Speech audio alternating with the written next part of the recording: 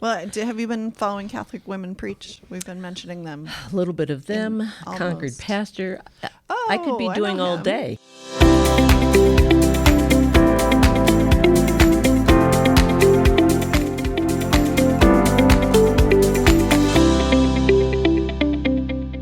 What this is MQOA Sunday, and we look at the Sunday Gospel. We just take a kitchen table conversation around what we find in the Gospel reading for that day.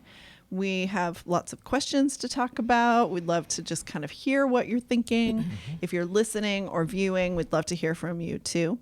We use our parish's small group process, which is called Beta. And Karen's in a Beta group, a long-time Beta group. Two Beta groups. Oh, is that allowed? I didn't ask permission. That is classic Karen. But the Beta groups use this lesson plan process that we produce every week in the parish. Just gives some background information, some images and quotes and inspiring things just to hang that conversation around. Something about hearing the gospel readings 1,000 times may polish off the edge for us, I think, after a while.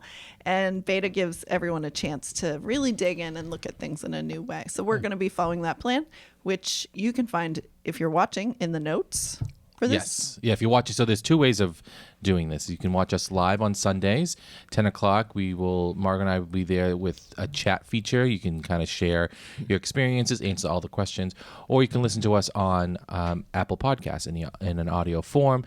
And you can find that all on our website, mqoa.org/podcasts with an S. Plural. Multiple podcasts. Gotcha. Yeah. And I really recommend that to everyone I know, just to download that and listen to it over and over and over. Yes. That's what I recommend. New one every week, though. Pretty good. Yeah. Okay, so we should start with the icebreaker, right? Which is the Beta lesson starts with an icebreaker. And it's not lame. It's a good question. It just gets everyone talking a little bit. So we'll go around the table.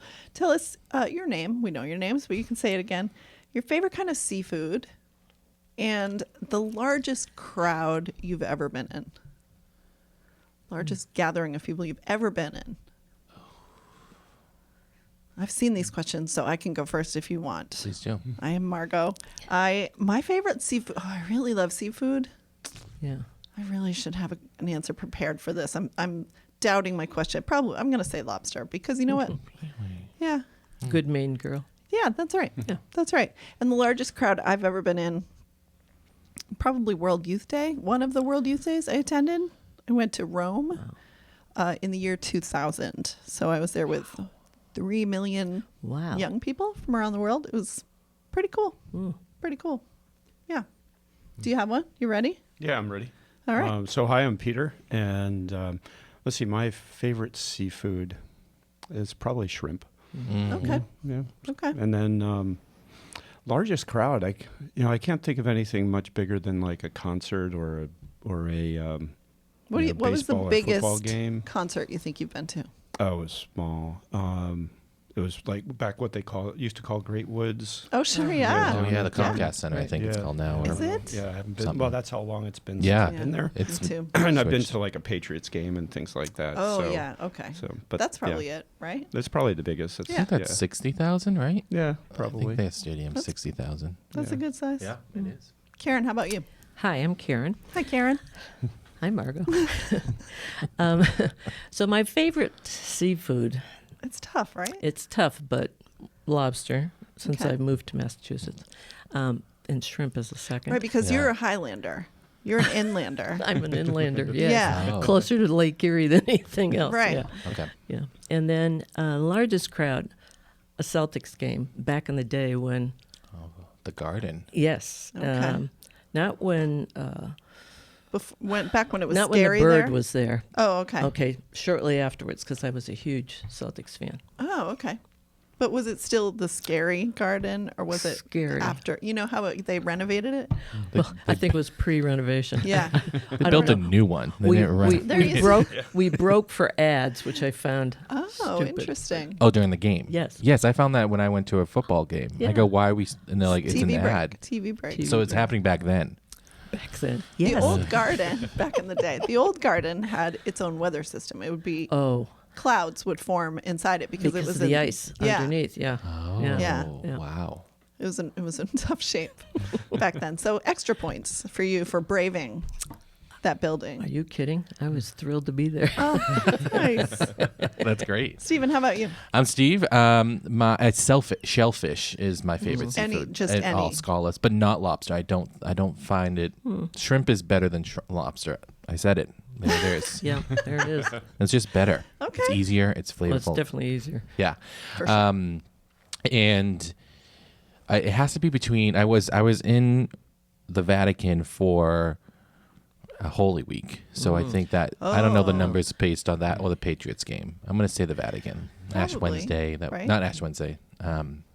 Like Holy Thursday, Good Holy Friday. Thursday. Yeah. Yeah. His Wednesday speech. That was pretty cool. Oh, Oh, wow. Yeah. cool.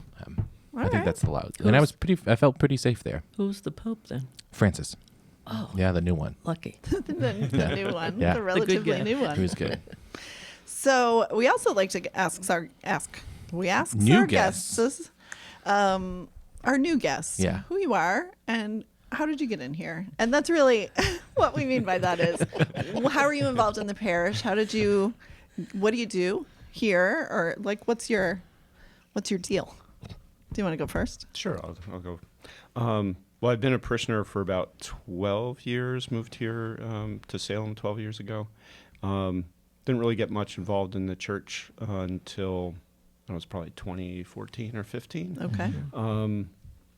Yeah, back before everything changed, I felt like I should volunteer, but then there was all this issue about how all the transition. That was a at the parish chaotic was- yeah. time in the And I parish, yeah. just went up to the previous Father Bob Connor, and said, "What do you need me to do?" Oh, I love that. Man, that's how they get you. Yeah, and it's like, loaded okay, question. and, so I got pulled in, and right now I think the last year what I've been doing a lot of has been helping out Father Bob with the Eucharistic adoration, Right. and other things around the Eucharist. I have a whole bunch of videos that I've been doing about the Yes. real presence of Jesus in the Eucharist, and a weekly reflection on that and on video form as well. Yeah, you're our YOE guy. Year of the Eucharist. Yes. Yeah. Right? YOTE. What were we calling it? Yote? Yote. Yeah. Yote. Y-O-T-E. He's the Year of Yote Eucharist. guy. And his videos are very cool. There's always a really cool Yeah. little insight into the scripture and how it connects to communion, to Eucharist. So Thanks. check those out on our website. The link you. will be in the description. Yeah. Thank you. Karen, who are you and who let you in? Yeah. Ooh, Who indeed? I'm Karen Pelletier. I've lived in Salem since 2003, right here on Federal Street. And so I would walk down with my husband, and it was a different experience then. I would say that I became much more a parishioner, probably when Father Bob Connors was here. But when Father Murray came, the first Sunday, he stood on the altar at St. James and said, whatever he said before, but he said, and if any of you can think of a way to make this church more beautiful, basically have at it. Have at it. Yep. Monty Python. How about you? I get that. Yeah. So, I decided to plant flowers on the front step. And then I think I introduced myself to you before that, though. I wanted to become a participant, and then I got involved in Alpha, which really made a difference. Right. You went through Alpha Yeah. too. Yeah, I went through Yep. Alpha too. Yeah. It's Yeah. a great program. Very cool. So and now it was a community. It's been a community, and that's what I was looking for. So here we are. yeah. Oh, I love that. That's awesome. You can find out more about Alpha on our website, mqoa.org/alpha, singular. Yeah. Singular. Yes. Anytime. We've already got dates for Alpha in the fall if you're curious, in English, in Spanish, and a family Alpha. In family. So a whole family can come and be their own small group or Yeah. be with another family. Very cool. So thanks for the shout out for Alpha. That wasn't a paid promotional. No, it No. wasn't. But we'll take it. Now, usually we start Beta or an MQOA Sunday by reading the gospel once. We take a break, a little minute to kind of soak it in, and then we hear it again. But I kind of want to pop quiz you a little bit because this is the story we're going to look at today is a greatest hit. It's one you have heard 4,000 times and 4 different versions of because it's in all 4 gospels. And I'm just wondering, like, when you think of the feeding of the 5,000, what do you remember? What are the parts of the story that you remember? Well, the fact that there was this huge crowd, and the disciples said to him, basically, what are we going to do with them? They're hungry. And and so they found somebody who had some loaves of bread and some fish, and lo and behold, it fed everybody with fragments left over. That's what I remember Okay. All right. over and over again. But Yeah. it was that miracle. Okay. What do you remember? Is that what you remember? Yeah, I remember that kind of general story. I was also thinking, like, what are some little facts about it that Yeah, do you were remember? interesting to me? Like, there was always thought it was interesting that it was some little boy who had the fish and the bread, Oh. and that the apostles were kind of like, really? You think, Yeah. "Well, we can't feed them with this, Right.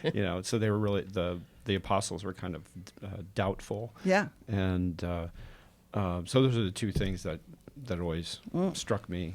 I think the little boy is only really kind of featured in one version, Probably. Okay. and it's the one we're going to hear today. So let's hear it. After this, Jesus went across the Sea of Galilee, of Tiberias. A large crowd followed him because they saw the signs he was performing on the sick. Jesus went up on the mountain, and there he sat down with his disciples. The Jewish feast of Passover was near. When Jesus raised his eyes and saw that a large crowd was coming to him, he said to Philip, "Where can we buy enough food for them to eat?" He said this to test him, because he himself knew what he was going to do. Philip answered him, 200 days' wages worth of food would not be enough for each of them to have a little bit. One of his disciples, Andrew, the brother of Simon Peter, said to him, "There is a boy here who has 5 barley loaves and 2 fish, but what good are these for so many?" Jesus said, "Have the people recline." Now there was a great deal of grass in that place, so the men reclined, about 5,000 in number. Then Jesus took the loaves, gave thanks, and distributed them to those who were reclining, and also as much of the fish as they wanted. When they had had their fill, he said to his disciples, "Gather the fragments left over, so that nothing will be wasted." So they collected them and filled 12 wicker baskets with fragments from the 5 barley loaves that had been more than they could eat. When the people saw the sign he had done, they said, "This is truly the prophet, the one who is to come into the world." Since Jesus knew that they were going to come and carry him off to make him king, he withdrew again to the mountain alone. The Gospel of the Lord. Beautiful. Take a minute just to soak that in. If there's something you think God is pointing out to you in particular, pay attention to that.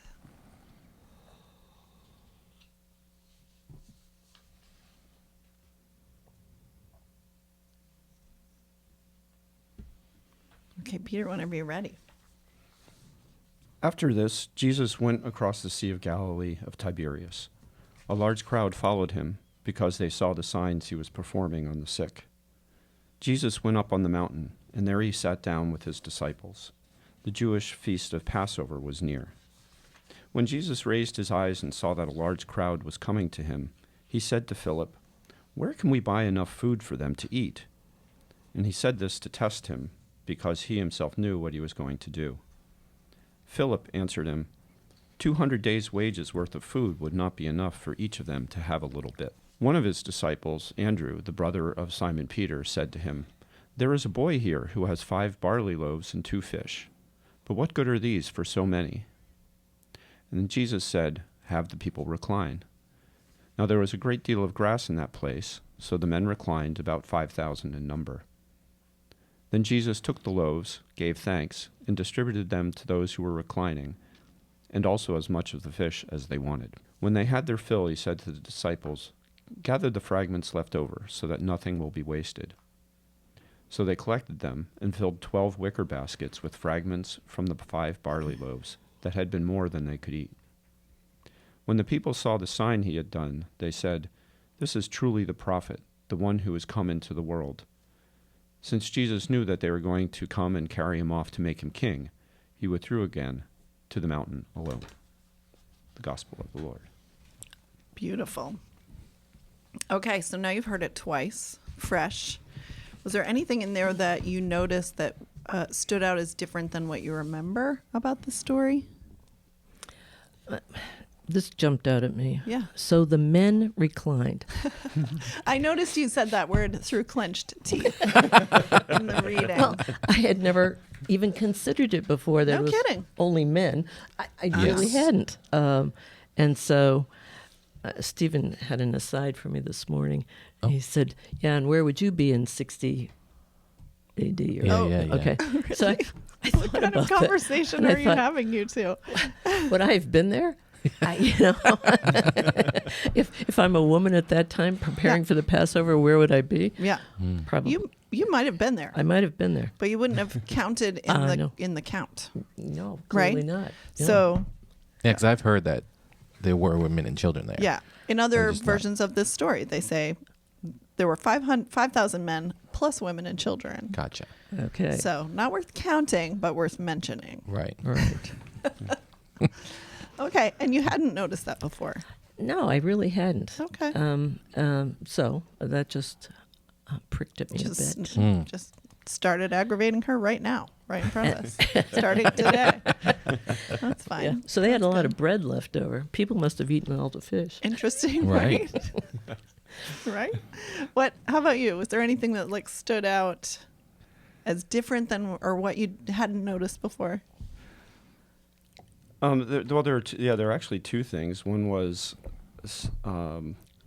related to this reclining, but it was not just the men reclining. It's like, why did he have them recline? Right. You know, why not? I don't know. Maybe it was easier to count them. I don't know. Oh, maybe. But, Yeah, as a mass counter, Yeah. I know it is easier to count seated people. Yes. That's true. I don't know why it was important that they recline. I kind of wondered that. The other thing I thought was interesting here, and I'm recognizing it partly because I know the first reading for next week Okay. is related to this. There's another prophet who feeds a crowd with a bunch of. Yeah, in this week. Yeah. Oh, This week. was it this week? It's this week's readings. Yeah. Okay. So the thing I thought was interesting here is the people recognized that what Jesus was doing made him the prophet. So Okay. Oh, okay. there must be something in the culture that they knew about. It's like they were expecting something. So Right. when they saw that, it's like, wait, this is the guy. Right. And also that's why Jesus would say, well, he knew they were going to carry him Carry off him to off. make him king. So there Okay. must have been this expectation of the people that, oh, when we see this guy's going to be king. Yeah, watch out. So that's the dude. So let's go get him and Let's make him get king. him. But Yeah. Yeah. that jumped out at me this time. It's like, oh, they must have been expecting someone to do this. Right. Right. They were just watching for this to happen, right? Yeah. When the smoke comes out of the chimney, Chimney. Yeah. we'll know this is the thing. Yeah. Yes. So it is an allusion to the Elisha story. Yes. And in the Elisha story, the prophet Elisha, he feeds them with barley loaves. Oh. So is That's it why called it's barley? important. Yep, Yeah. there's a barley Yes. loaves in Yes. this one Yep. too. And barley loaves are the food of the poor, too. Oh, okay. Isn't that interesting? Yes. The thing that's new to me, and I think it's because I've been diving into the Gospels the past 3 weeks, is that he withdrew again to the mountain alone because he's been trying to do that Right. The poor guy. past 3 Gospels. Yeah. So I think that's the first time I've noticed that he went after Yeah. what he did after.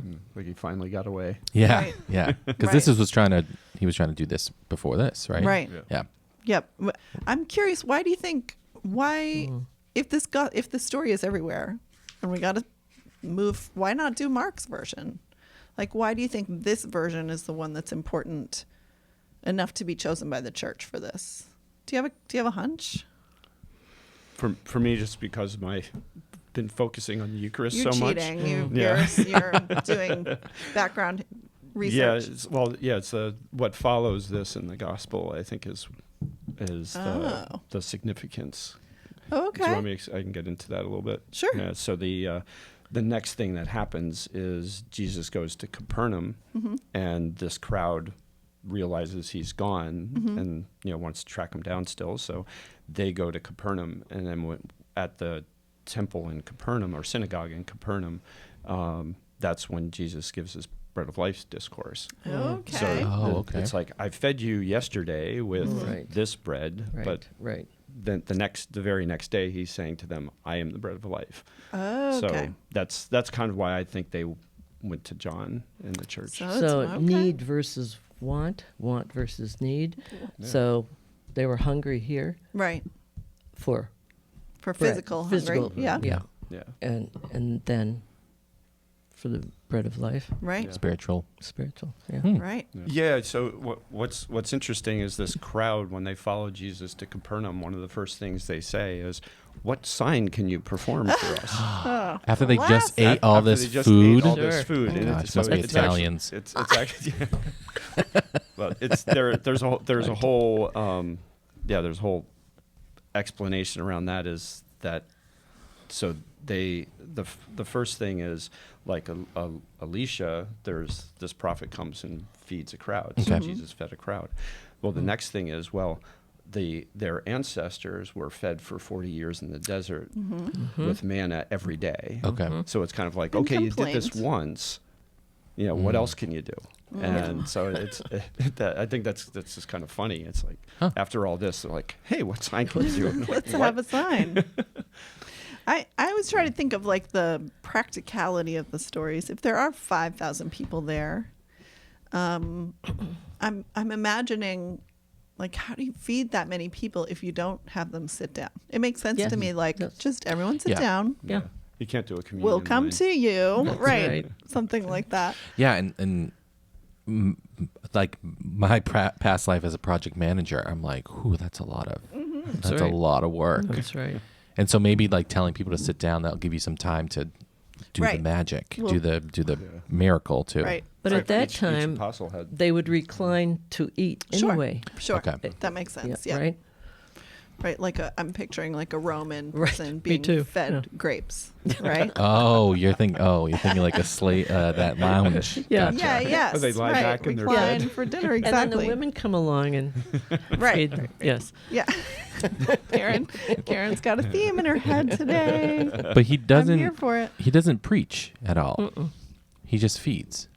He has been preaching. He has been teaching them things Before that. before this. Before. Okay. Well, especially if we kind of take it as a to be continued from last week's gospel reading, where he teaches them many things, right? Right. And then, so you can kind of, this is kind of like the next part of that story. Okay. So There's he's probably some feeding been and teaching going on preaching at the same up time. there. There's Right. a lot of people to feed. So- Right. Exactly. You got to keep them entertained while you're Yeah. passing out the barley loaves. One thing I noticed in Karen's memory of the story was that the disciples started to get nervous, right? Because they saw that there was not enough food. Right. In today's telling, it's Jesus who notices. Right. Isn't that interesting? That is Yeah. interesting. And in the Gospel of John, Jesus knows everything. So if you're guessing, if you're asking the question like, when does Jesus know? What does he know, and when does he know it? In John, he knows it all the way, right? Oh, okay. Yeah. That's In how he Mark, writes. maybe not necessarily. Maybe he's learning as he goes. But in John, because John he's an evangelist. He's writing to people who he's trying to teach Christianity to, right? He's writing to people in Ephesus in about 90 to 100, 105 after Jesus. And he's trying to teach them the story. Like he's got an agenda in his teaching. So I think that's kind of interesting that Jesus was like, okay, now it's time for the feeding of the 5,000. You know what I mean? Yes, yeah. That's how John Asking sees question, Jesus. asking Philip about Right. the pay and all that. Yeah. Yep. It's like Well- an Italian grandmother who looks at all these people and says, Yeah, immediately thinks. immediately. Yeah. Right. Oh, these people are going to need to be fed. So is there a feeding of the fishes story in Mark? This story is in all four Gospels. Oh, it is and in all four. Some of them, it's twice. There's a 5,000 and a 4,000. I believe in Mark. Okay. Yeah. So you were asking before, why do you think to switch? Oh, see, I thought that there was not a story in Mark, Yeah. and that's why we switched to John. Interesting. Right. Be interesting to compare it. I wonder, I mean, this is obviously an important story, right? Important enough to be featured multiple times in all the Gospels. What do you think is the importance of this story for the church?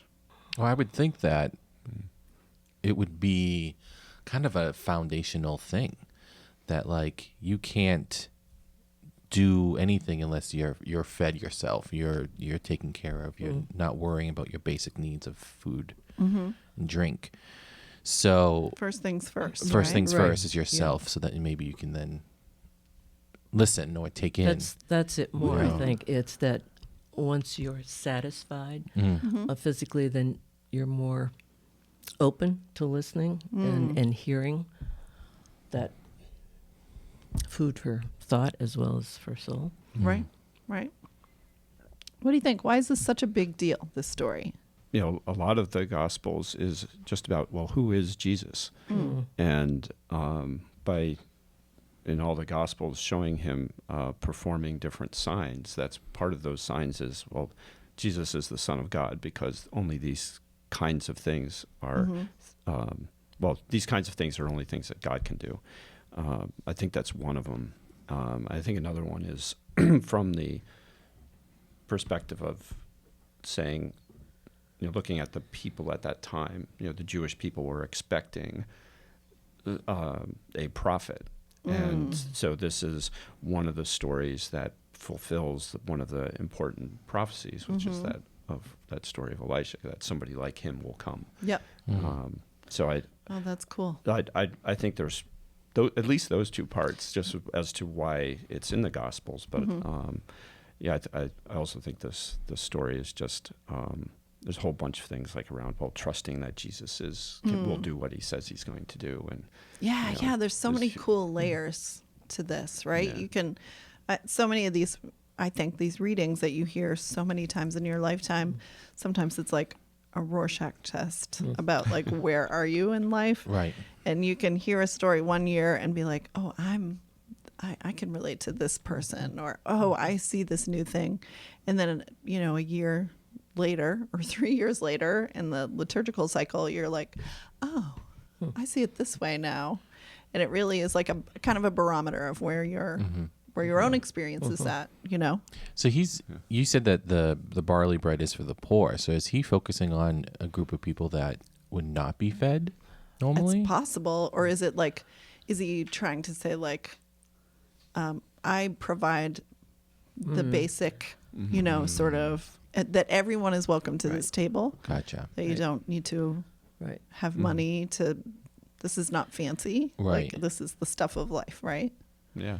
And it doesn't say that the Pharisees and, you know, the higher ups in the synagogue are here either. Right. So Yeah, it's just a crowd. Yeah, it's just a crowd of regular folks. I just realized too, I think it's interesting that the gospel starts with Jesus had been performing all of these signs on the sick. and that he was curing the sick. And then the crowd also sees the signs of him doing all, feeding them. So he's been curing them and then feeding them. And it's like, oh, well, then what? Right. Yeah. It's Yeah. like, if you imagine yourself being in that crowd, it's like, okay, Right. here's this guy who's just cured all these people, and now he's fed everybody. Who is this? Yeah. Yeah. Yeah. Yeah, I love that. We talk about healing a lot here in the parish because we think one of our charisms, just as a community, we believe that healing is so needed. But we also think it's the first door into Christianity. If you're bleeding, Yeah. if you're wounded, if you're starving, it's hard to care about whatever this guy has to say. One of my favorites was a couple of Gospels ago, where the woman is following Jesus, and she said she has a sick daughter, I believe. If I only touch the edge of his garment, and I love that because it reminds me, if I only touch, Yeah. I know he will. Oh, I love that. And so the older I get, the more I see. Yeah, absolutely. Yeah. Yeah, what you need to touch Jesus for, right? Right. Yeah. You I said saw something. Oh, sorry. Go ahead. I had the same reaction to the same passage a few weeks ago, and actually ended up using it in my Eucharistic reflection because I thought of it in the same way of, that level of trust that the woman had and that Jesus is drawing us to. Is just, if I can only touch him, Yeah. then I'll be cured. And that's really a great way to invite someone to that possibility of healing. Yeah. If you can say, if I can just touch him. Yeah.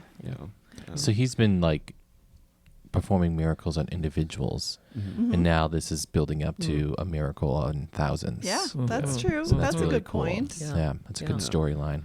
I love that you brought up this is the Jairus' daughter, hemorrhaging woman sort of story. Yes. Yeah. And I love that you brought that up because here we are in today's story. The 12, the disciples and apostles who have been following Jesus all this time, who have undoubtedly seen every miracle he's done and seen every healing he's done. And they, as opposed to these faithful people, are like, what are you going to do with this? What, 5,000? like, this is not going to work. Yeah. Like, they don't even see it as an opportunity for him to, I feel like if you're hanging around with David Copperfield for a magician. month, Yeah. you're going to expect him to do some magic, right? And if you know what he can do. If you're with Jesus for a couple years, maybe at this point, wouldn't you start to expect that these things are not going to be an issue for him? I Yeah. think that's so interesting. Especially in this sequence, because it's kind of like, he was teaching. Then they were on the sea. He calmed the sea. They end up in another place, and he cures a bunch of people. Yeah. And then he's, and then it's like he They've just seen needs some to feed stuff. people. How hard is that compared to everything else? I mean, he's calmed the storm. He calmed the sea. He cured the leper, and Yeah. everything. And then, then what? Well, but I guess there's nothing we can do here. But these are human beings. True. Even then. True. And I think Jesus knows that we all, from then forward, need to be reminded, need that sign, need smack. Yeah. Yes, the good. cosmic slap. Yes. We Come call on, it. folks. Yes. Because he also keeps on flipping the strip. Right. Like he keeps on doing crazy things, Right. Yeah. True. which is outside of the norm of that time, Yep. Right, yeah. and what they've been taught. Yeah. So I can. I mean, I think hopefully I would be like, okay, but also still shocked that he's still doing all these crazy things that are good. Now, this is a hotly debated question, and you kind of mentioned it a little bit, but where in the story is the miracle? Like, where does the miracle happen exactly?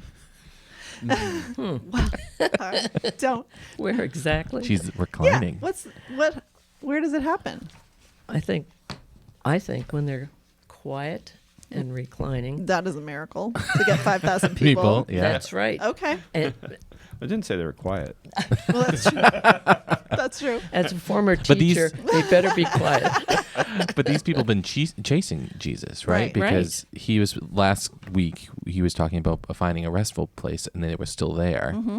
So like this is not like a planned event. Right. So Right. that's true. This is a pop-up. You're pointing out different from me because it's like you are trying to control a rowdy crowd of 5,000 plus. Probably, like we said last week, probably people seeking healing. Yeah. Yeah, Probably people who are desperate. right.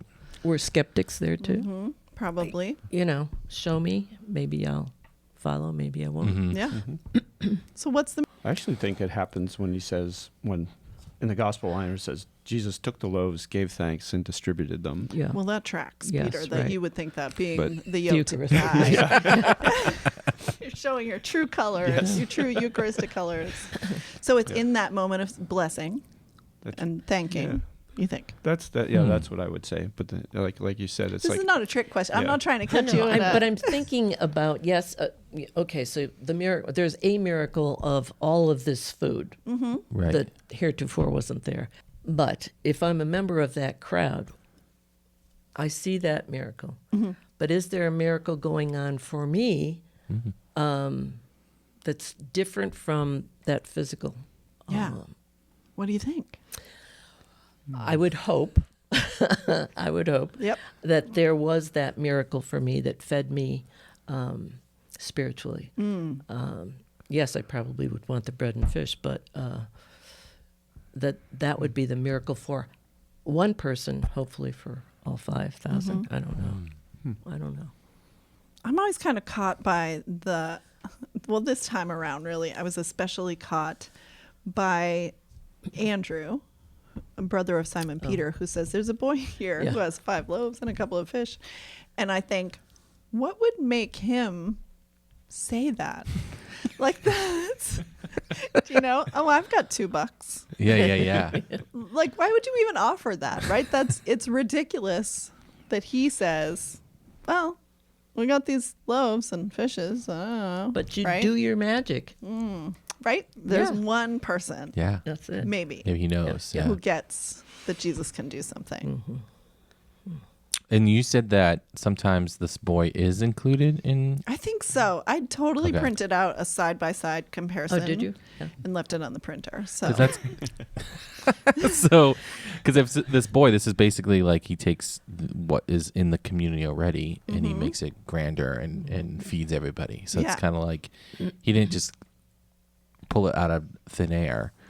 He takes what's offered, Yep. right? Even though some people would laugh at it, and then makes it something great. there's controversy around this, Oh. right? Because some is people there? have said, is there? Some people have said that the miracle that really happens here is that people start sharing. And maybe not so much in the John version, but that this multiplication of food is because people were like, oh, he's giving 2 loaves? Well, I've got a loaf. Oh. I've got a fish here. And they sort of, mulligan stew it. And that the miracle is that people were inspired to share with each other. Does that strike you as... That sounds great, actually. It's like a stone soup. Yeah, that's Yeah. it. That's it. Yeah. Yeah. that actually makes it sound less of a miracle. See, this is why it's controversial, Yeah. Yeah. right? Yeah. Because it takes it out of Jesus's hands, this miracle. Right. But it certainly would be a miracle to get people sharing like that, Absolutely. especially in a crowd. You kind of think like, oh, I better eat this before anyone comes for it, or I've got enough for me. Well, that's partly what it sounds like. It doesn't sound like it's much sharing if people just said, "Oh, I actually have stuff," and they start eating their own food. Right. It's like, okay, well, afterwards they had leftovers, and they were kind of like, embarrassed that they didn't that Right. they didn't share or Oh, something. I I'm don't know. here. I don't know. I guess there's a lot of possible explanations for it, and that's why I think. The thought that just came to mind is you can't just look at an event like this in a vacuum, just say, okay, this is only one thing. Right. Yeah. So, but if this was like the only thing that Jesus did, then I can imagine people being very skeptical. Like, okay, how did he pull that one Right. off? Right. David Copperfield. Yeah. Right. That's why I think the whole sequence of the stories in the gospel is what is it's like, what did the people do before and after? They were following him because of the curing, and after he fed them, then they followed him more. Right. It's like if he didn't actually feed them, if they brought their own food, Right. they That wouldn't have thought anything right. of it. That's a good point. And it's like, why? There's no reason to follow this guy. It's like Yeah. we all had food in our pockets. Big deal. It's like no big Yeah. deal. So, that's why I think Yeah. if you take the lines here, it's like they saw the sign he had done and they thought he was the prophet, and Jesus knew they were going to come and take him away. They wouldn't have done that if it was just Right. they Yeah, brought that their own is stuff. And that is certainly a John version of things Yeah. that Jesus knew all along. This was supposed to happen. Jesus knew what would happen if he did that, right? He, he said, I think a couple of times in here it says he said this to test him because he knew himself what it was. So, but I want to tell you, Father James Martin, agrees that it's not, that the miracle is with Jesus. And he says the multiplication of loaves and fishes wasn't simply a miracle of sharing. That alone would not have warranted inclusion in all four Gospels. No, it was another indication of Jesus's divine power, which I think, and this next part is what really stands out to me. That Jesus's divine power, as well as God's ability to take what little we give and magnify it. Wow. Repeat that. Do you love that? Do. It was an indication of Jesus's divine power, as well as God's ability to take what little we give and magnify it. I like it. Oh, I Yeah. love that. Especially when you think about the person who actually gave the food initially was the little boy. Right? Right. Right. And all he had was the barley loaves Yeah. and the fish or whatever. It wasn't like, there wasn't any important person. Right. It's like, someone from the Sanhedrin showed up and said, this is all I got. You know? Yep. Yeah. But a little boy was what I love have that. little it was. Did they cook the fish? So I'm going to guess it was already cooked, Okay. right? Because you would I have don't know. brought it with you. The kid would have brought it with him. Cooked. Yeah. Right. And been like a fish sandwich. Or like salted Yeah. or something. Yeah. Salted. There's Oh, this okay. thing that people used to do where they salt the fish. Okay. Yeah. Right. Or, just Yeah. All right. on a fish flick. Just was never It stated. was like so. it was Subway tuna. It was only 2% actual fish no in there. sushi at the time. I know. I was thinking. I do have to say that through my Catholic upbringing, the miracle was the fish, is what I was told. What do you Taught. mean? Like it was the Jesus doing the loaves. Oh, okay. Yeah, I think they hyped on that with Not the sharing. not the sharing. Oh.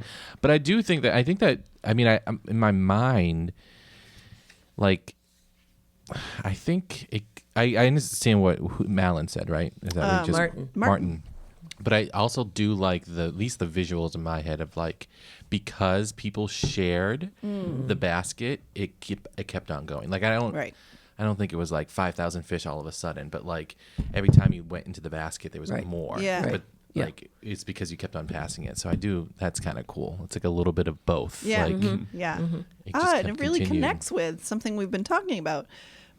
Even starting with that sort of Jairus story and the hemorrhaging woman story about Jesus can clearly do miracles, but where do we have to, what's our part? Right. Right? Yeah. Where do Yes. we come into that equation, that encounter? Jesus is not generally doing these sort of the town is healed Right. kind of thing. Right. Right. And instead is taking real encounters with real people. So the boy had to be willing to share his loaves. Andrew had to be brave enough to say that ridiculous suggestion, Right. right? Right. Classic So- Andrew. Classic. Totally. So I wonder if you were going to preach.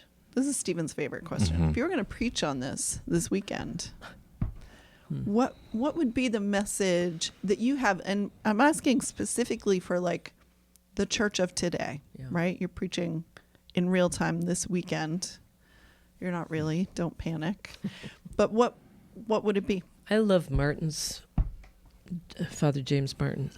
It's the little we give and magnify, that, yes, we have a little, but that in giving it, sharing it, that it gets magnified and grows. And I guess that's what I'd like us as a community to do. Okay, that what little bit I do or want to do, that it would trigger something in somebody else to then It'll participate. multiply. Yeah. Yeah. Yeah. You two are both good examples of this, actually, of Karen's future preaching, of hearing something and saying, "Oh, I have a little bit of something I can do around that. Yeah. I know how to Yeah. make a video. I'm interested in learning more about the Eucharist. I have skills in gardening that I can pretty up the place," and that those do have ripple effects, right? If you bring what you have to the table, God can make Right. amazing things happen. Right. Do you have a preaching topic you'd lean on? That one was really great. I tend to think a little bit too kind of academically, I guess. Oh, but, no, bring it. We love the Well, yeah. nerds here. Yeah. Yes. And I'm torn between two. One is all the stuff I said before about the whole storyline Yeah. of where Yeah. this fits and leading up to the Bread of Life discourse and the rest of the chapter 6 of John. But I think the other story I would want to address is that Jesus is the Son of God. I think that there's a lot of counter messaging in our culture that tries to downplay the divinity of Jesus Oh, or sure, yeah. dismiss it even. And I think this story is one that's often used to say, "Oh, it wasn't a miracle; it's just all these people sharing, and it doesn't really show Jesus's divine power." So I guess it's the other half of Father Martin's message as Right. well. And so yeah, that would be the theme I would want to bring out. It's like, no, this is just one of a series of examples as Right. to why Jesus is the Son of God. And preaching to people who are like, let's have a sign. Yeah. Right. Let's Yeah. what can you show me this week? Yeah. Right. More and more Right. so now, I think. Yeah. More and more. Yes. Because back in my day, This is still your day, Karen. I just It's want still to say. here. Yeah. I am still here. Shocking.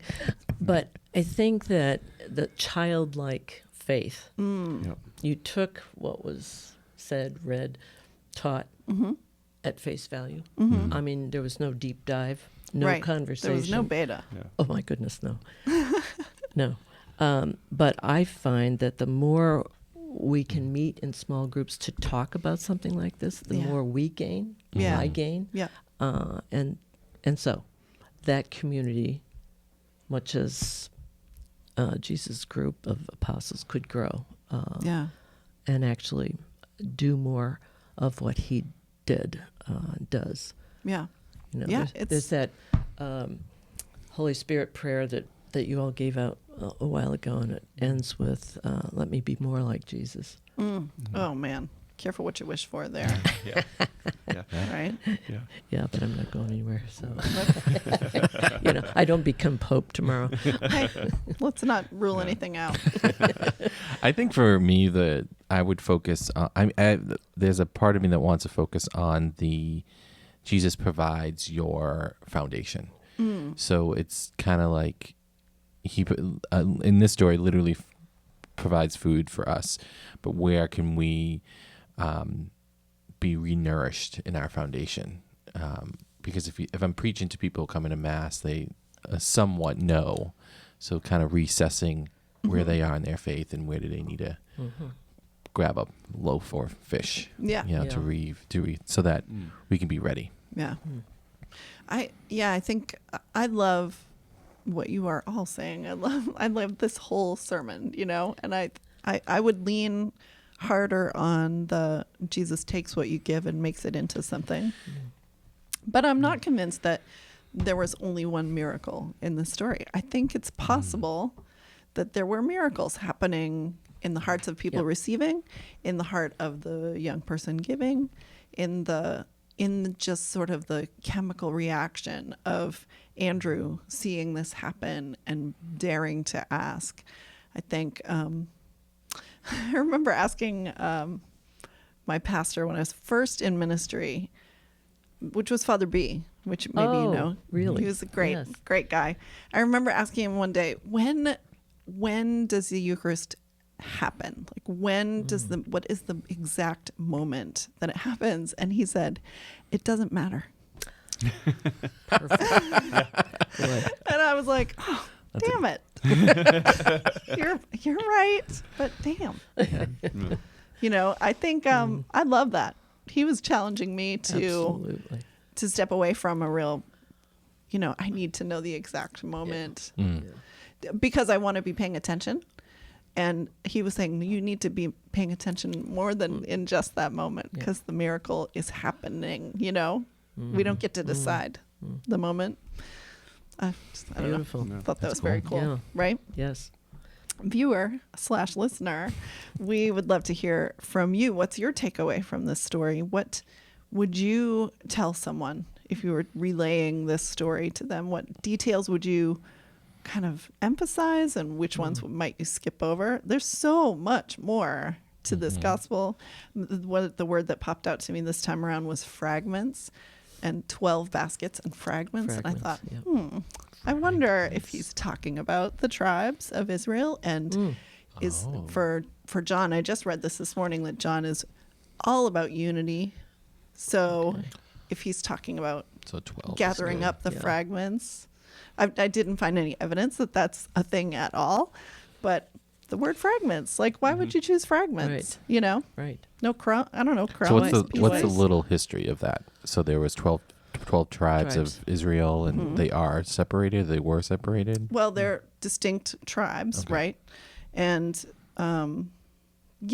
but I think John is talking to sort of the people who have splintered off or who have walked away. If he is, I mean, I'm just seeing, you know, rabbits in my Rorschach test that aren't actually there. But I love this conversation. I love that we do get to dig in and think about things in different ways, and love your viewpoints. So thanks so much for being willing to come and share them with Yeah. us. Thanks for having Great. us. Thanks very for having cool. us. That's right. Yeah. And if you're listening, you can rate and review our podcast so that more people can hear about that and share that. And if you're watching, comment along, and we'll be here every Sunday to do this, to dive a little deeper. Yeah, we'd love to pray for you.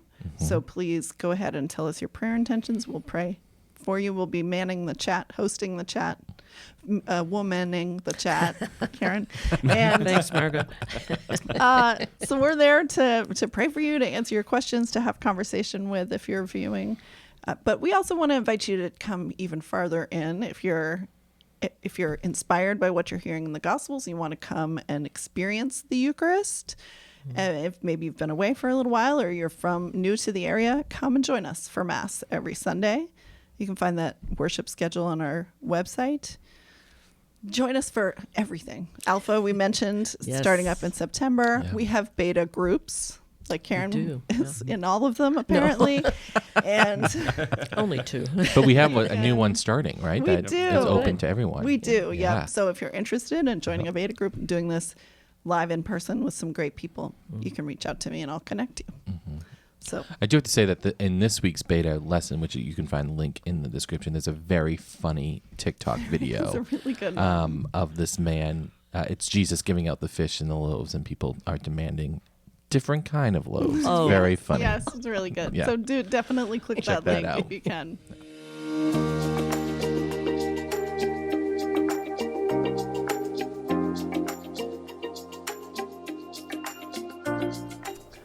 This gospel reminds me actually of some of my experiences growing up.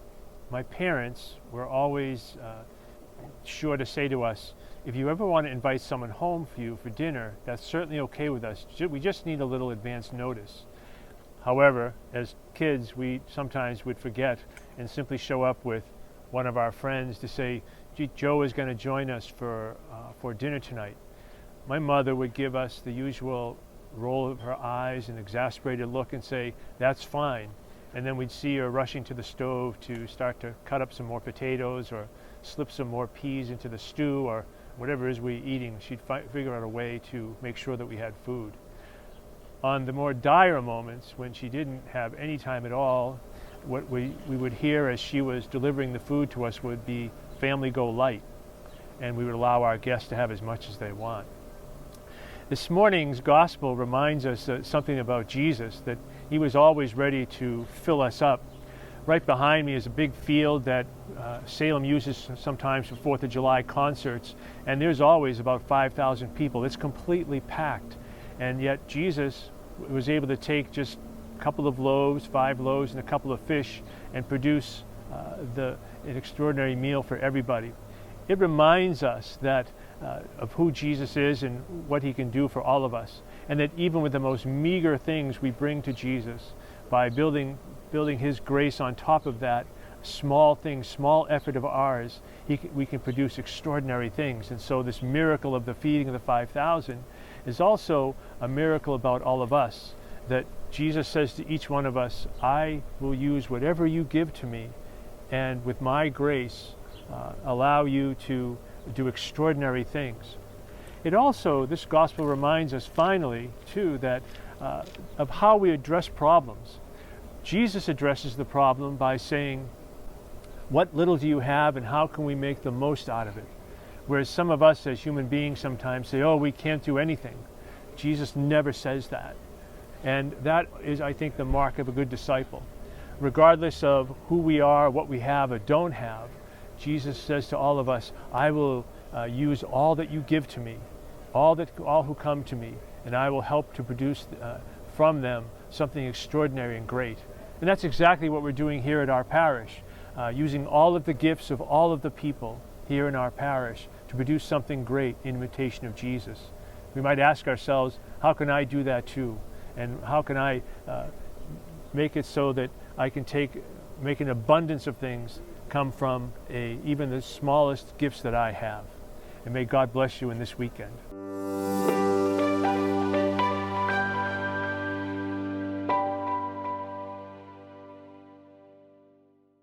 I don't mind. Let's pray in the name of the Father, the Son, and the Holy Spirit. Amen. Amen. God, thank you for being with us today, for connecting us and gathering us together in love of you and of each other. Thank you for Peter and Karen and all they do to serve your people in the parish and beyond. Let them know that what you do with their gifts is making a difference in the lives of many people. Thank you, God, for our conversation today, for your word, which is inspiring and beautiful and mysterious. We thank you for the ways you're going to be showing yourself as present in our life this week because we've had this conversation. Keep us safe. Keep all our watchers, our viewers and listeners safe and healthy until we can gather again. Amen. Amen. Amen. That's it. Yeah, we'll see you next week. Thanks for coming.